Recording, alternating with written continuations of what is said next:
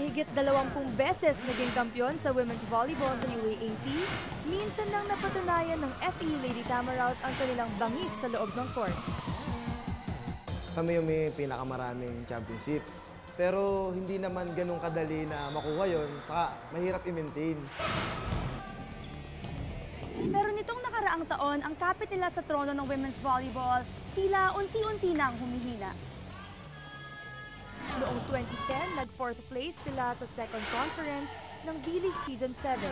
At noong 2012 naman, na-eliminate sila sa Shakey's V-League Season 9. Ngayong Open Conference ng V-League Season 10, ano kaya ang magiging kapalaran ng FEU Lady Tamaraws? Gusto ko lang mangyari is magkaroon kami ng magandang performance every game. Kung mananalo, mas maganda. Kung anong abutin namin, pero bibigay namin yung best talaga.